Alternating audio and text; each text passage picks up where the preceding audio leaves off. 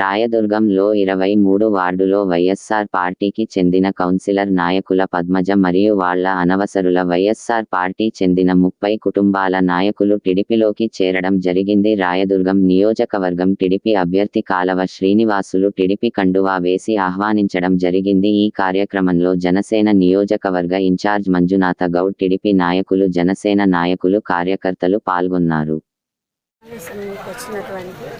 గౌరవనీయులు పెద్దలు కాళీ శ్రీనివాసు సార్ గారు మరియు ఇక్కడ వచ్చినటువంటి జనసేన ఇతర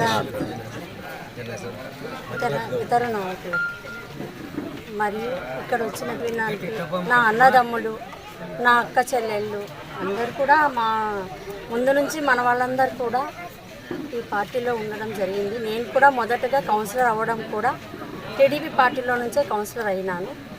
ఇప్పుడు ఇక్కడికి వచ్చిన వాళ్ళందరిలో కూడా మా బంధువులు ఎక్కడైనా కూడా అన్ని చోట్ల పల్లెల్లో కావచ్చు, ఈ రాయదుర్గ నియోజకవర్గంలో కావచ్చు, అన్ని చోట్ల మన టీడీపీలోనే ఉండడం జరిగింది. నేను ఒకదాన్ని అక్కడ ఉండడం వల్ల కొన్ని చాలా ఫేస్ చేస్తున్నాను ఇంతకుముందు. అవి అన్నీ తలుచుకోకూడదు, కానీ ఇప్పుడు ఒకటే